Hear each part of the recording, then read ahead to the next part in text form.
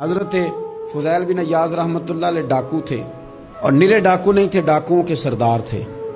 تو ارشاد فرماتے ہیں کہ میرا طریقہ یہ تھا کہ میں ایک پورے قافلے کی صورت میں حملہ کرتا تھا تو لوگ ڈرا کرتے تھے اگر کہ فضیل بن عیاض کے ڈاکوؤں نے حملہ کیا تو پھر نہیں بچتے۔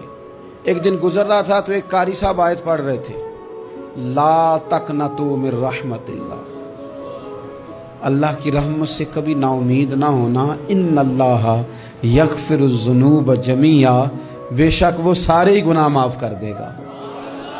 آپ فرماتے ہیں میرے دل میں بات اثر کر گئی، ماننا ہے نا، جس نے نہیں ماننا اس نے 6666 آیتوں کا ترجمہ پڑھ کے بھی توجہ نہیں کرنی۔ آپ ارادہ کریں نا، آپ اپنی دل کی زمین کو زرخیز بنائیں۔ فرماتے ہیں میں فوراً وہ آیت سنی تو میں رویا، اور میں وہ حافظ صاحب کے پاس چلا گیا، ان سے اجازت لی، ان کے کمرے میں داخل ہوا۔ میں نے کہا آپ نے ابھی آیت پڑھی ہے کہ اللہ سارے گناہ معاف کر دے گا؟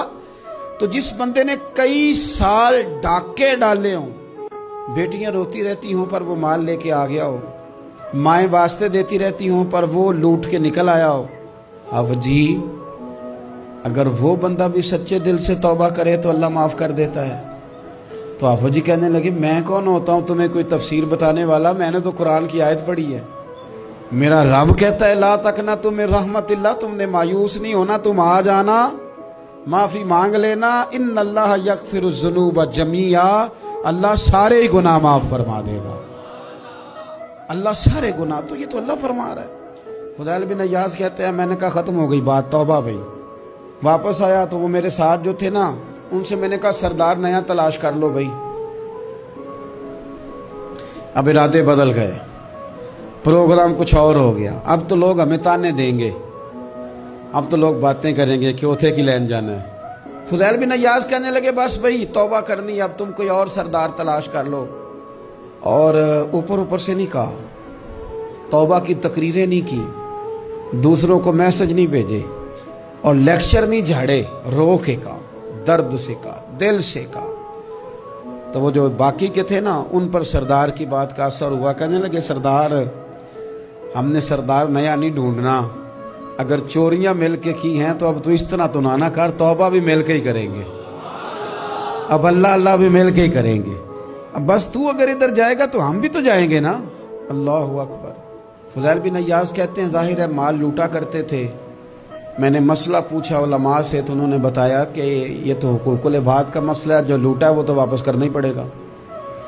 اب میں نے وہ پیسے جمع کیے، اب سارے تو میرے پاس تھے نہیں، جتنے میں دے سکتا تھا دیے، جو کھا چکا تھا وہ رہ گئے۔ ایک یہودی کے پیسے رہ گئے، اس کے گھر چلا گیا، میں نے جا کے اسے کہا میاں میں نے کر لیا توبہ، اور میں وہ فضیل بن عیاض ڈاکو ہوں جس کے تیرے گھر سے اتنا مال لوٹا تھا، میرے پاس پیسے کوئی نہیں، وہ پیسے لگ گئے، اب تو اس طرح کر مجھے معاف کر دے۔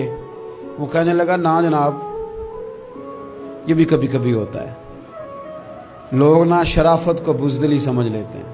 فضیل بن عیاض سے کہنے لگا میں تو پیسے لوں گا، ایسے تو نہیں معاف کرتا۔ آپ فرمانے لگے پیسے تو کوئی نہیں، یہ سچی توبہ ہے۔ وہ کہنے لگا پھر اس طرح کرو، میری اونٹوں کو چارہ ڈالو، پیسے پورے ہوئے تو چلے جانا۔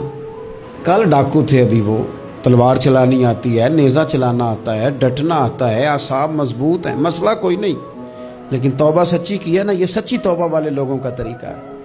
اس سے کہہ سکتے تھے کہ جا جتھو لب دینی لے لے، تجھے کہا معاف کر دے، تو تیار ہی نہیں ماننے کو۔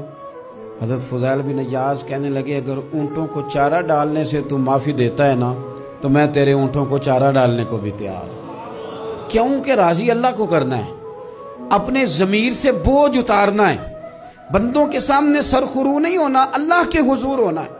توبہ کا مطلب ہے رب کوئی بارگاہ میں سرخرو ہونا، بندوں کے سامنے نہیں۔ حضرت فضیل بن عیاض سے کہنے لگے ڈالیں گے تیرے اونٹوں کو چارہ، کیوں نہیں ڈالنا۔